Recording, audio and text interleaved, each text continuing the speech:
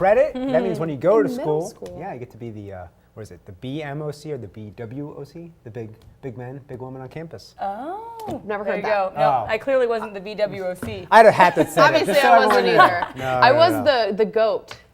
The greatest of all time? Yeah. Oh, okay. All right. I see. I didn't know either of those. No, I Okay. wasn't. All right. Well, I apparently did not belong on Anything, either pedestal anything to that get you us going were. this Monday morning, I guess. Yeah.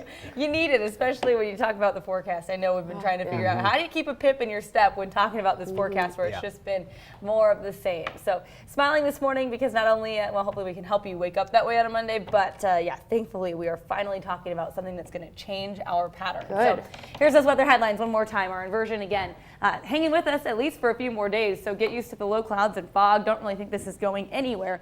And then as we get toward the weekend, we have the potential to clean the house. So maybe you're looking to do this on your to-do list this week, but I think we'll get to do it as far as the inversion is concerned. That storm coming in, although it looks weak, could send some weekend showers our way, maybe some really good things up in the mountains. So kind of looking, again, I actually was out of town this last weekend, flew back in yesterday and was sitting there on the edge of my seat on the window side and was taking pictures above the inversion and below it. So obviously we know what it looks like below, but in case you've been wondering what it looks like from above, just kind of took this cool snapshot of the massive deck of clouds. And again, it's kind of, it's a little bit, it's sitting a little bit higher than I know sometimes it can when we get these inversions, but this is Bogus Basin, this range right here. Some of the Boise Mountains kind of peeking out above this, I'd say about 5,000 feet and below, pretty socked in. And it took us a solid 5 or 10 minutes, and obviously we're descending gradually, but it took us a while to get down through that layer of clouds. So it is thick. It shows how socked in we really are. So we do need something to come in and usher this thing on out, get it out of town. So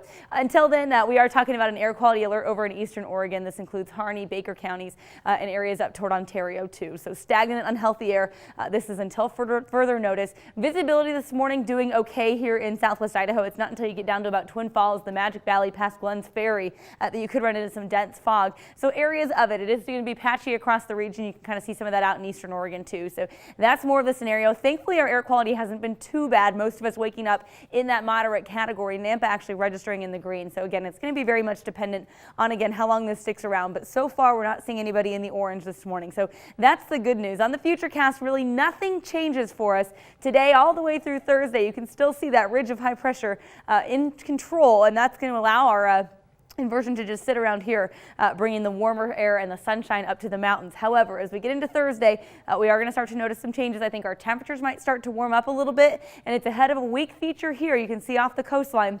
It's going to drive its way in for Friday into the weekend. I want to, before I talk too much about this, I want to stress it is very early to start talking about snow totals, how much rain we're going to see, how potent of a system that's going to be. Some of the indications right now say the first little batch that moves through on Friday might be kind of weak. By Saturday, we could be looking at something a little bit more potent that could send some accumulating snow into the mountains Saturday into Sunday. So this mostly is just going to bring changes. You'll notice that ridge of high pressure, those big lines that came up and way over the top of us, they break down. We get more of what we call a zonal flow, meaning it's coming in directly from the west, and that's going to allow some of the wet weather that's been hanging out in the Pacific to finally open the door and come into our region rather than just get shoved up and over the top of us. So changes are on the way, and it should mean the potential for some wet weather this weekend and the end of the inversion, more importantly. So today, well, we're not quite that lucky yet. We will see this be a gradual change here over the next 5 or 6 days.